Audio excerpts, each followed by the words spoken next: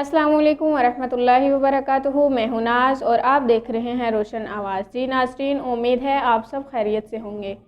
नाज़रीन, आज हम बात करेंगे एक आयत के बारे में, पारा नंबर 30 और सूरतुल इंशिकाक आयत नंबर 19, लतरकबुन्न तबक़न अन तबक़। इसका तर्जुमा है कि अलबत्ता तुम ज़रूर चढ़ते जाओगे एक दर्जे को दूसरे दर्जे से। अब जिन्होंने तो ये कुरान पाक माशाल्लाह ट्रांसलेशन के साथ पढ़ा है उनको तो इस आयत की समझ आ गई होगी, और कुछ लोगों ने ट्रांसलेशन के साथ पढ़ा भी होगा। जैसे हमारी आम रूटीन में ट्रांसलेशन पढ़ाई जाती है, बस वर्ड के मीनिंग समझा दिए जाते हैं, लेकिन मीनिंग के अगर मीनिंग नहीं समझाए जाते तो उनको भी आयत समझ नहीं आएगी।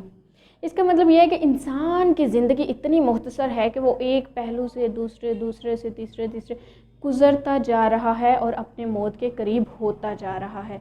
जैसे कि देखिए क्या होता है कि हम लोग कभी बचपन में था, अभी हम लोग अगर सोचे वो हमारा बचपन कैसे गुज़र गया, अगर हम किसी नौजवान को पूछे तो वो कहेंगे पता ही नहीं चला बचपन गुज़र गया।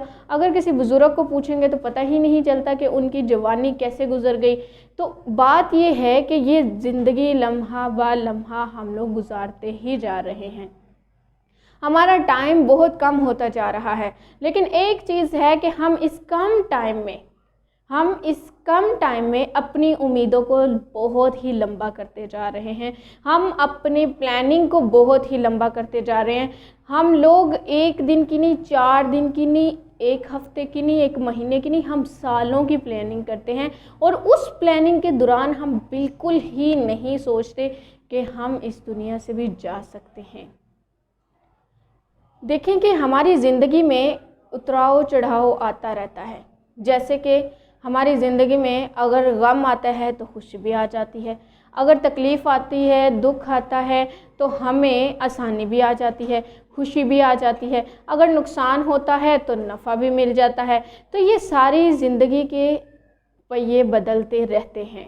इसी तरह जैसे ये चीज़ें बदलती हैं, हमारे इंसान के अंदर का ईमान भी बदलता है। कभी वो कम हो जाता है, कभी ज़्यादा हो जाता है। बात ये है कि हम जब नुकसान होता है तो उसको ठीक करने के लिए मेहनत करते हैं। किसी भी चीज़ के नुकसान में अगर हमारी सेहत ख़राब हो जाते हैं तो हम उसको ठीक करने में मेहनत कोशिश करते हैं, मेडिसिन लेते हैं, खुराक लेते हैं, कुछ ना कुछ इस तरह से करते हैं कि हमारी सेहत जल्दी से ठीक हो जाए। इसी तरह हमारे मामलात अगर ज़िंदगी के ख़राब हो जाएं तो हम उनको बहुत जल्द हल करने की कोशिश करते हैं। लेकिन अफसोस हमने कभी अपने ईमान को नहीं चेक किया कि अगर हमारा ईमान कम हो रहा है तो हम इसको कैसे बढ़ाएंगे। और डेफिनेटली ईमान का ताल्लुक़ इंसान के अंदर से है, इंसान की सच्चाई से है, इंसान के इंसान होने से है, इंसान के अंदर गुनाह और बदी के फ़र्क करने से है, इंसान का अल्लाह से डरने से है, इंसान का तक़वा इख्तियार करने से है, इंसान का इस दुनिया के अंदर एक इंसान बन के रहने से है। अगर ये चीज़ें कम हो जाती हैं, इंसान जुल्म और ज़्यादती के बारे में भी सोचने लगता है। अगर ईमान है तो आपको हक़ और सच की पहचान है, हक़ बातिल कौन सी चीज़ है, हक़ सच कौन सी चीज़ है, आपको इसकी पहचान है। अगर ये सारी चीज़ें हमारे अंदर हैं, यकीन और ईमान है, तो ईमान ठीक है। अगर हम लोगों को गुनाह नहीं लगता, अगर हमको ज़्यादती नहीं लगती, अगर हम भी लोगों की तरह या दूसरे गैर मुस्लिम की तरह अपने गुनाहों को नाम बदल कर करते हैं, तो डेफिनेटली हमारे अंदर ईमान खारिज हो जाता है। कुछ चीज़ें ऐसी हैं जिनको करने से फ़ौरन इंसान के अंदर से ईमान चला जाता है और फिर उसको दोबारा आने में कुछ टाइम लगता है। कुछ चीज़ें ऐसी हैं जिसको करने से ईमान कम हो जाता है, कुछ चीज़ें ऐसी हैं जिसको करने से ईमान का लेवल बढ़ जाता है।